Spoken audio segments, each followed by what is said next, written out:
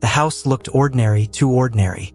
A modest two-story in a quiet suburb, scattered with colorful blocks and toy cars across the living room floor.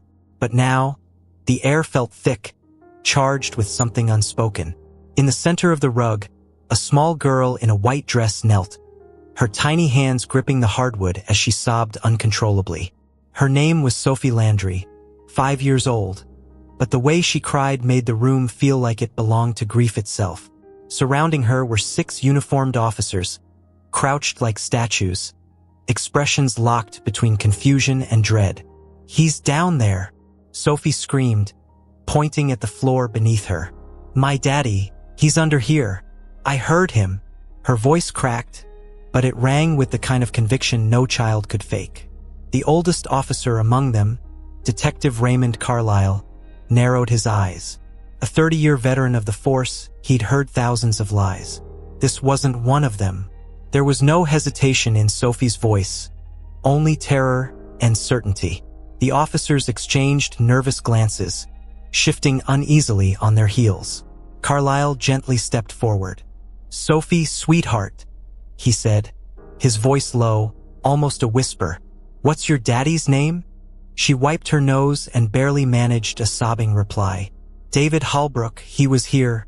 I heard him say my name. Nobody believed me." The room shifted. Carlisle stiffened. That name, David Halbrook, had been on their missing persons board for days. A quiet accountant, single father, last seen right here. His own home, and yet no sign, no clue. Until now, the tension in the room was suddenly unbearable.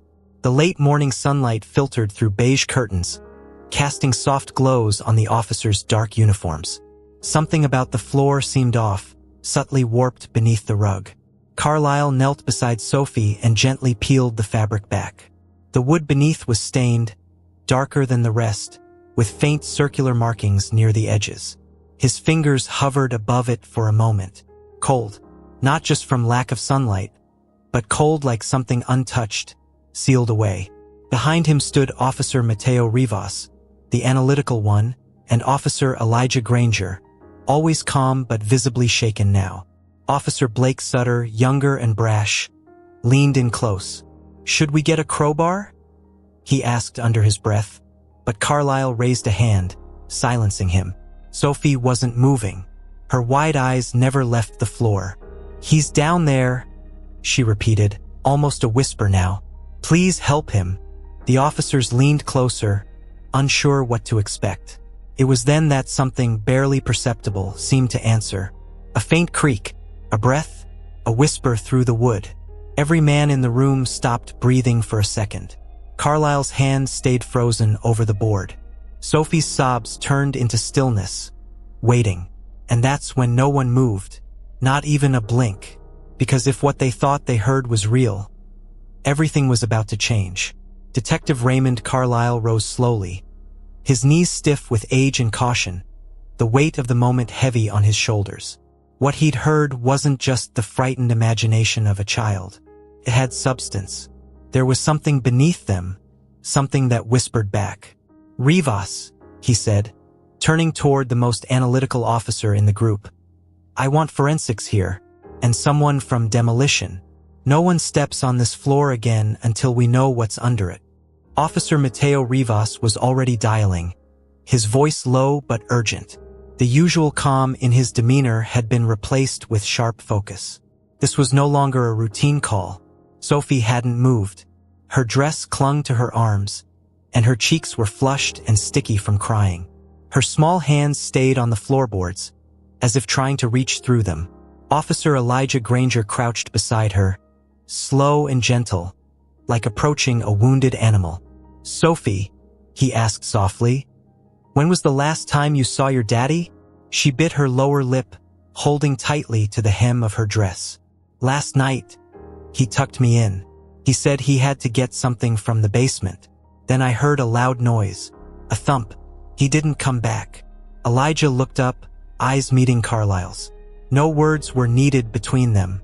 Outside, Maggie Fulton, the next-door neighbor, stood on her porch with her arms crossed, her gaze fixed on the patrol cars and tension pouring out of the house. She had called the station days ago, complaining about strange noises, heavy dragging sounds, something metallic clinking. No one had followed up. Now, seeing the haunted looks on the officers' faces, she knew she hadn't imagined it. She picked up her phone to text someone but hesitated. Maybe this was the time to visit Patricia Sloan, the old neighbor who had known David Halbrook since he was a boy. Inside, Officer Blake Sutter paced restlessly. "You know," he muttered, "I could bust that floor open in 2 minutes with a sledgehammer." Carlisle turned to him with the steady glare of a man who'd seen too many cases ruined by haste. "And if there's evidence under there? A body? You planning to destroy that too?" Blake clenched his jaw but said nothing more. Elijah stayed near Sophie, his hand resting gently on the edge of the rug, close to hers but not touching, an unspoken offer of safety. Time stretched unnaturally inside the living room. No one spoke above a whisper. Even the toys scattered across the floor seemed to sit in eerie anticipation. The house had gone still, as if waiting, and below the floorboards, something waited too, breathing quiet, not dead but not free. The forensic team arrived just after 4 p.m., their van humming at the curb like a grim messenger. The light outside had softened, slanting through the front windows in gold and dust. Inside, the officers remained quiet, watching the specialists unload their equipment with a solemnity reserved for crime scenes and funerals. Detective Raymond Carlisle stood with his arms crossed near the fireplace, his eyes locked on the floor where Sophie Landry had knelt for hours. The little girl was now curled on the couch, wrapped in a warm blanket provided by Officer Elijah Granger, her eyes swollen but still open, still watching. A soft knock at the front door drew attention. It was Patricia Sloan, her silver hair tucked under a blue headscarf, her frame frail but upright with that stubborn dignity only age brings. "Is Sophie all right?" she asked immediately, stepping inside without waiting for permission. Carlisle nodded, offering a tired smile. "She's safe, ma'am, but we may be dealing with something deeper than we expected." Patricia didn't ask what. She simply looked at Sophie, then down at the floor. Her face went pale. "David built this house himself. Did you know that?" Said he needed to start fresh after her mother left. The lead forensic technician, a lean man named Elliot Marsh, knelt by the stained boards and began brushing the area gently with gloved fingers. "We've got a hollow resonance," he announced. "There's a cavity below here, possibly man-made." Officer Mateo Rivas leaned closer. "Trapdoor?"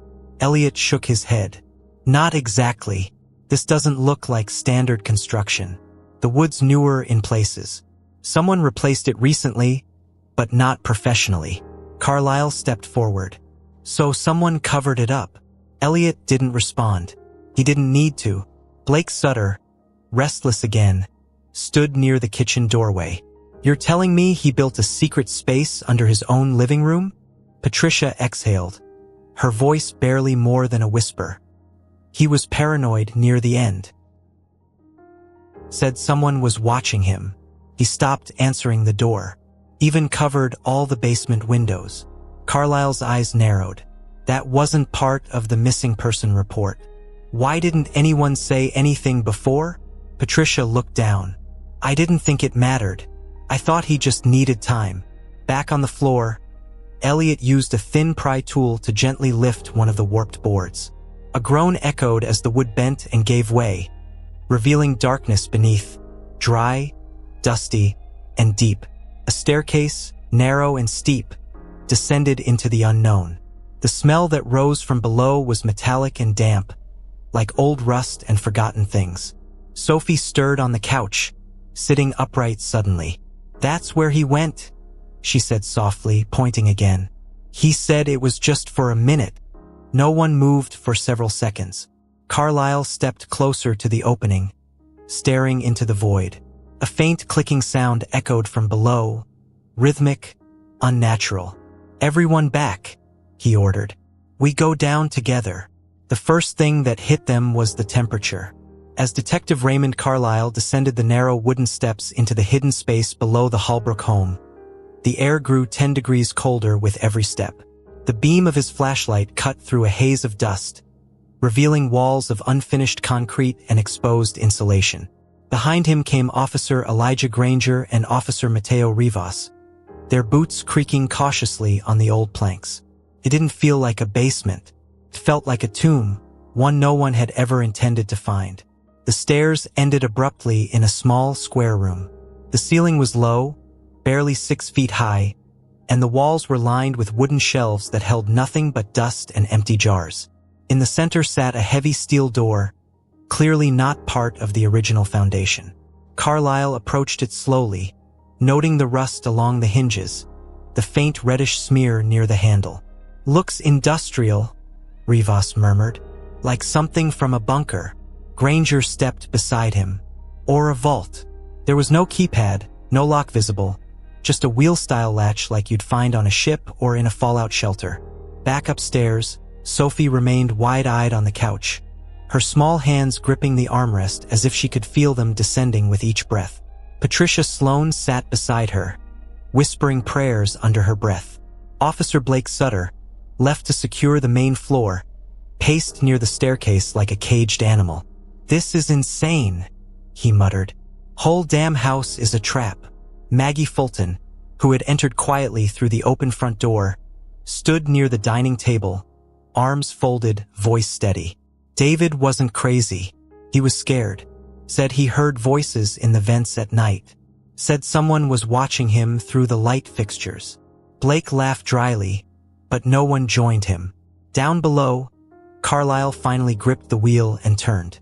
It groaned in protest, stiff from years of stillness. The door opened slowly, revealing total darkness beyond. The flashlight flickered as he stepped through the threshold. Then something shifted, a soft click beneath his foot. He froze. "Pressure plate," Rivas said, raising his voice an octave. "Don't move." Everyone held their breath. Carlisle's muscles tensed, but he didn't lift his boot. Granger stepped around him, scanning the floor. "We need bomb squad. This isn't just hidden. It was meant to be sealed." Carlisle's voice was calm but firm. "Get Sophie out of the house. Now." Rivas hesitated, then rushed back up the stairs. Sophie had already risen, clutching Patricia's arm. "He's in there," she said again, her voice distant, like she was speaking through time. "He's waiting." Behind the door, in the space none of them could yet see, something stirred, faint and slow, like someone breathing through steel. The door yawned open into what looked like a chamber carved from silence itself. The flashlight beams danced along the walls, concrete, cold, and windowless. A cot rested in one corner, its mattress sunken and stained. On the far wall, dozens of papers were taped in neat rows, drawings, handwritten notes, and what looked like schematics of the house above. Detective Raymond Carlisle stepped carefully off the pressure plate, grateful for Officer Mateo Rivas, who had marked its edges with chalk. Each footstep echoed, but not like in an ordinary room. The sound came back slower, heavier, as if the space was swallowing their presence. Carlisle approached the drawings. Many were crude sketches of eyes, dozens of them, peering through vents, sockets, even from the walls themselves. Beneath one, a child's name, Sophie, scribbled over and over again. He felt a chill that had nothing to do with the cold air. "He was paranoid," said Officer Elijah Granger, scanning the cot. "But not just that. He was documenting something, trying to prove it." Carlisle nodded slowly. "Or trying to warn someone." A rusted metal cabinet stood near the corner. Granger opened it and found a camcorder, several tapes, and a small recorder. "Battery's dead," he said, handing it to Carlisle. "But the tapes might still play." Carlisle tucked them into his coat pocket. "We'll have the techs check everything. No one touches these without gloves." Then came a sound, soft but unmistakable. A dry cough, muffled, from behind the far wall. They all turned at once. Granger raised his flashlight, and Rivas drew his sidearm. The wall in question had a faint outline near the base. Another door, smaller, almost hidden. "Someone's in there," Carlisle said. "Alive." They rushed forward. Granger found a latch disguised as a wall bracket and pulled. The panel popped loose, revealing a second chamber, even smaller. Inside it, huddled in a fetal position, was a man, filthy, bearded, with a wild look in his sunken eyes. "David Halbrook," Carlisle breathed. "It's him." David squinted under the light, his lips cracked, his voice a hoarse whisper. "Don't let them near Sophie. They were never after me." He coughed violently, then slumped forward. Granger rushed to his side, checking for vitals. "He's alive," he confirmed. "Barely, but we need medical fast." Upstairs, Patricia Sloane and Maggie Fulton stood frozen as Rivas called out for backup and EMTs. Sophie stepped toward the basement door, her voice low but certain. "I told you he was there." Back in the chamber, Carlisle looked again at the walls, now noticing something new. Tiny holes evenly spaced, drilled through the concrete. Listening points, observation holes. Someone had been watching from the other side, and they weren't watching David. The ambulance arrived within minutes, sirens screaming down the quiet neighborhood, cutting through the uneasy silence like a blade. David Halbrook was carried out on a stretcher, barely conscious, his body skeletal and trembling, skin pale from days, maybe weeks, spent underground. Detective Raymond Carlisle walked beside him, one hand on the rail, eyes locked on the man's face. "You're safe now," he said, though his voice betrayed doubt. David didn't respond, his head lolled to the side, lips barely moving. But in that moment, Carlisle thought he heard it again. "Not me, not me." Back inside, the rest of the team moved carefully through the hidden chamber. Officer Mateo Rivas examined the ventilation system and traced the holes in the walls. "These weren't just drilled randomly," he muttered. "They line up with ductwork. Someone could have listened in, maybe even watched without David knowing." Officer Elijah Granger pointed to a series of wires near the baseboards. This place was rigged. But by who? And why would anyone do this to a man in his own house? Rivas shook his head. Or maybe he wasn't the target. Maybe Sophie was. The realization hung heavy in the air. Every officer turned at once, eyes wide. Upstairs, Sophie was now sitting calmly at the dining table with Patricia Sloane, sipping warm cocoa. Her legs swung slightly under the chair, unaware of the tension building beneath her. Maggie Fulton paced in the hallway, arms crossed tightly. "David used to say things like that," she muttered. "He'd call late at night, whispering about clicks on the phone, shadows that didn't belong. Said Sophie would talk to someone in the vents, someone who answered back." Carlisle returned upstairs just as Granger and Rivas emerged behind him. "Get Sophie to the station," he ordered. "Protective custody. No risks." Patricia stood abruptly. "She's a child. What are you saying?" Carlisle looked her dead in the eyes. "I don't know yet, but someone went to great lengths to watch her, track her, maybe even keep her father out of the way. We need time to figure out what we're dealing with." Granger stepped outside to speak with the paramedics, and Carlisle turned to Sophie. "Did you ever hear voices in the vents, sweetheart?" he asked gently. Sophie looked up with those same wide eyes that had pierced every officer that morning. "Sometimes," she said. "They whispered songs. They told me not to tell Daddy." The words chilled him to the core. He crouched beside her, choosing his next question carefully. "And what did they want?" Sophie took a slow sip of her cocoa, then shrugged. "They said they were waiting for me to grow up, that I'd understand when I was ready." Carlisle stood slowly. Outside, the sun was starting to set, but whatever was watching had already seen enough. The interrogation room was too bright, too sterile, and far too silent for what Detective Raymond Carlisle felt brewing under the surface. Sophie sat at one end of the table, swinging her legs and humming to herself. It was an old tune, half lullaby, half nursery rhyme, but offbeat, distorted. Officer Elijah Granger stood behind the two-way mirror, arms crossed, watching the girl with growing unease. "Kids hum all the time," he said quietly to Carlisle. "It's probably nothing." But Carlisle didn't respond. The melody Sophie repeated was the same one he had heard on the camcorder footage recovered from the basement. Only then, It had been sung by a man and sobbed between screams.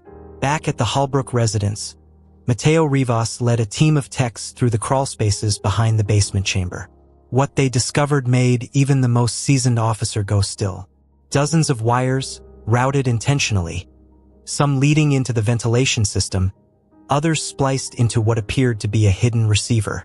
At the center of it all, a rusted metal box no bigger than a lunch pail, humming faintly. It wasn't just a surveillance system, it was a transmitter.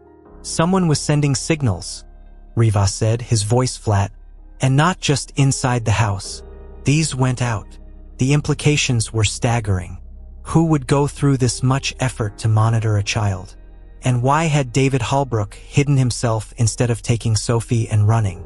Carlisle couldn't stop thinking about what David had muttered in the ambulance. They were never after me. It made sense now. He had known. Maybe not fully, maybe not clearly, but enough to build a bunker and vanish from the world above. Enough to become a ghost in his own home. But if the Watchers weren't after David, what did they want with Sophie? Inside the room, Sophie stopped humming and looked up. "Am I in trouble?" she asked softly. Carlisle knelt beside her. "No, sweetheart. We just want to keep you safe." She tilted her head. "But they don't like this room. It's too loud. Too clean." Carlisle froze. "Who doesn't like it?" She didn't blink. "The ones in the walls. They said the light hurts." She smiled then, a small, unsettling smile. "But they're not mad. Just waiting." Later that evening, Carlisle sat alone in his office, the evidence spread out before him. Photos, schematics, the tapes, the rusted transmitter. The audio team had pulled a sample from one of the recordings. It was faint, buried under static. But when enhanced, the words were clear. A male voice, whispering through layers of distortion. "She belongs to us." Carlisle's hand trembled as he turned off the tape. Something bigger was unfolding, something buried far deeper than just floorboards. And they were already too late to stop it from watching. The local records office wasn't built for answers. It was a dim, dusty building tucked between a shuttered pharmacy and a forgotten veterans' hall. But Detective Raymond Carlisle believed the truth, if it existed, would not be found in laboratories or forensics reports. It would be in the forgotten pages no one had touched for decades. Officer Mateo Rivas joined him, both men sifting through boxes of zoning permits, property blueprints, and ownership transfers. Most of it was routine, until Rivas held up a folder dated 1989. "The Halbrook house," he said, tapping the label. "It used to belong to the state." Carlisle raised an eyebrow. "State property?" Rivas nodded. "Officially listed as a communications research annex under the Department of Energy. Decommissioned in '92. Sold cheap to a private buyer under a sealed transfer." Carlisle flipped through the enclosed documents. The buyer was never named, but the signature on the sale was familiar. An old government liaison who had once been blacklisted for unauthorized surveillance activity. "This house wasn't just built," Carlisle muttered. "It was planted." Back at the station, Officer Elijah Granger sat outside Sophie's temporary holding room, staring at the monitor. She hadn't moved in hours, just sat cross-legged, humming and occasionally tracing patterns on the table. But something had shifted. Her body language, her expression. It was as if Sophie was aware of being watched, and not just by the camera. "She asked for paper," said the intern on duty. "She's been drawing the same thing over and over." Granger took the sketches in hand. They were of eyes, thousands of them, perfectly round, staring outward. Maggie Fulton arrived at the station unannounced, clutching a weathered journal. "I found this in David's crawlspace years ago," she said breathlessly. "Didn't think it mattered until now." Carlisle opened it carefully. It was filled with pages of David's handwriting, rambling entries, paranoid theories, and one chilling passage. "They spoke to her first, not me. They hum in the vents. They hum when she sleeps." The journal also referenced someone called the listener. No explanation, just a name, repeated, circled, underlined. As Carlisle pieced the fragments together, a call came in from a private number routed through dispatch. The voice on the line was male, calm. "Detective Carlisle," it said, "you're very close, but some doors are better left closed. The child is not yours to keep." The line went dead before tracing. Carlisle stared at the phone, a cold dread spreading through his chest. Down the hallway, the lights flickered in Sophie's room. The camera feed turned to static for 6 seconds. When it returned, she was no longer seated. She stood in the corner, facing the wall, still humming, and on the glass window of the viewing booth, something had drawn a perfect circle. From the inside, by morning, the security footage from the station had been scrubbed. No one could explain it, an unexplained data wipe just past 3:13 a.m. Every file that captured Sophie Landry's room was gone. No backup, no recovery. Detective Raymond Carlisle stood over the IT technician's shoulder, jaw tight, eyes scanning the blank timeline in disbelief. "Someone did this remotely," the tech mumbled. "This isn't damage. This was surgical." Carlisle didn't reply. He just stared at the screen, the weight of too many unanswered questions bearing down like a storm. At the same time, Officer Elijah Granger searched through Maggie Fulton's journal collection, trying to locate the name that had appeared over and over in David's writings. The listener. One journal held a folded clipping from 1974. It described a defunded government experiment in acoustic control called Project Hollow Nest, run from a decommissioned energy site. The site's location? 3 blocks from the Halbrook house. The listener was a designation, Granger whispered, eyes scanning faster. Not a person, a signal pattern. Mateo Rivas, now deeply immersed in the forensic reconstruction of the basement chamber, discovered something chilling beneath the old transmitter's panel. A small engraving, just initials. LSC, code maybe, or a name. But when cross-referenced with government archives, a matching designation appeared under a classified subproject, localized signal conditioning. In simple terms, it was a test targeting neurological development in children through low-frequency vibrations. Carlisle said it aloud like poison on his tongue. Sophie wasn't born special. She was made to be. Down the hallway, Sophie sat in an observation room once more, but her posture had changed. No longer scared or withdrawn, she was calm, collected, and too quiet. Patricia Sloan sat across from her now, her hands trembling. "Sweetheart," she whispered, "do you remember anything before the house? Before the noises?" Sophie tilted her head. "There was always noise, Grandma," she said gently. "But now it's quiet. Now they listen to me." The room's lights dimmed without warning. The hum returned. Not through speakers, not from the walls, but from within.